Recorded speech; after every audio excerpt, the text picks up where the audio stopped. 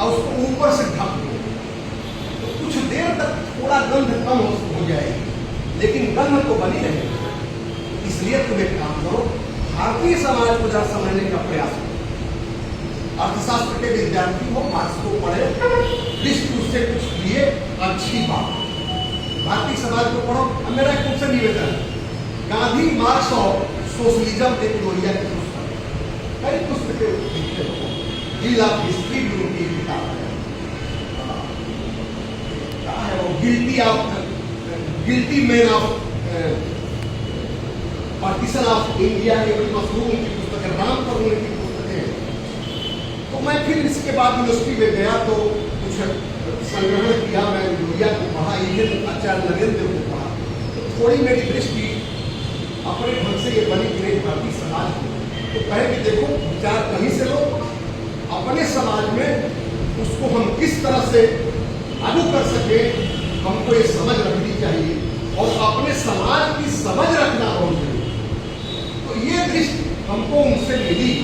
इनका ये लाभ रहा कि मैं जब अन्य ग्रंथों को पढ़ा तो जो मेरा क्रांतिकारी तेवर था, और सपने में भी मैं सोच रहा था कि कल क्रांति हो जाएगी, पूरी दुनिया बराबर हो जाएगी, थोड़ी दृष्टि बदली, थोड़ा प्रैक्टिकल, थोड़ा सा दृष्टि में व्यवहारिकता आई हमारी। अब मैं मिडिल रोडर हुआ, लोकतंत्र में आस्था मेरी बढ़ी। वो फिर एक बात और है, जो चीज एकाएक बदलती है वो एकाएक जल्दी नष्ट हो जाती है, जो धीरे धीरे चलती है, ग्रेजुएलिस्टिक पैटर्न ऑफ डेवलपमेंट करते हैं इसको अर्थशास्त्र की भाषा में, वो स्थायित्व पाता है। तो इस दृश्य से देखोगे तो बेहतर हो। नेहरू और लोहिया का मैं विचार विभिन्नता देख रहा था। अब इनको छोटे लोहिया कहा जाता है। इनके किसी वाक्य को संस्करण को सुना करके जबकि अच्छी जिंदगी दिए, 76.5 साल की जिंदगी रही। पहली बार 69 में लोकसभा में गए थे, 2-3 साल रहे, फिर मेरे ख्याल से 77 में गए, फिर मेरे ख्याल से 89 में गए, 2-3 बार लोकसभा में रहे। और मुलायम जी को अपना एक प्रतिनिधि मानते थे, मुलायम जी में बड़ा इनको आशा दिखती थी, और मुलायम जी ने इनको 94 से लेकर इनकी मृत्यु तक राज्यसभा का सदस्य बनाया। माफ कीजिए थोड़ा समय लग गया।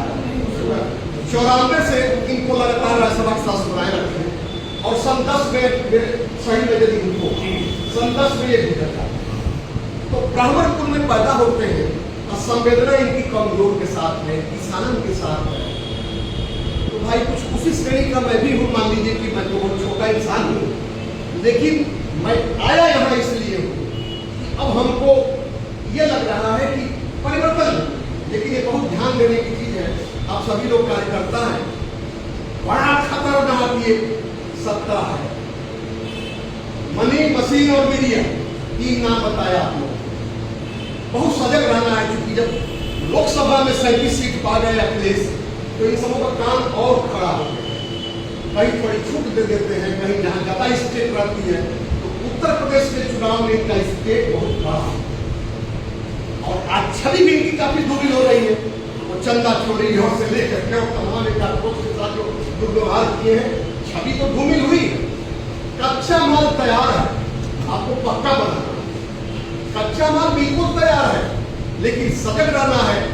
इनके जो षड्यंत्रकारी जो दृष्टि है, मैं कहना ये चाहता हूँ कि उनकी जो दुर्भाग्य है कि एक खास विचारधारा के लोग सत्ता में इसलिए, और वह विचारधारा हिंदुस्तान को कितने पीछे ले गई है, आज नहीं महसूस होगा। जब इस सत्ता से हटेंगे तो आप एहसास करेंगे कि हिंदुस्तान कितना पीछे चला, कितना पीछे चला। आज एहसास नहीं आपको होगा। तो मैं कोई पार्टी विशेष का कार्यकर्ता 70 साल में मुझे क्या बनना है, जरूर मेरी इच्छा रहती थी बार बार कि मैं समाजवादी लोगों को थोड़ा विचारधारा वगैरह की समझ रखनी थी। सप्त क्रांति क्या है लोहिया की, मैं अपनी लोग से पूछता हूँ, कोई बता सके तो मैं बड़ा प्रशंसित होऊंगा। आप लगातार लेने के जमाने में जाने को समझदार कुछ में दिखाकर वो जातीय असमानता के खिलाफ थे, वो स्त्री पुरुष का समानता के खिलाफ थे, पूंजी की जो क्रूरता है उसके वो खिलाफ थे, उनके साथ भी वो है रंग भेद के खिलाफ थे। और कुछ चीजें हमको मैं कोई पढ़ाया नहीं, स्क्रिप्ट में सारी चीजें हैं, आज भी वो सारी चीजें जीवित, आज भी जीवित है। और जो ये प्रतिगामी शक्ति आज जो आई है, अपनी भाषा में कहूँ कि सांप्रदायिक, बताइए ये देश को तीन स्थिति खड़ी है।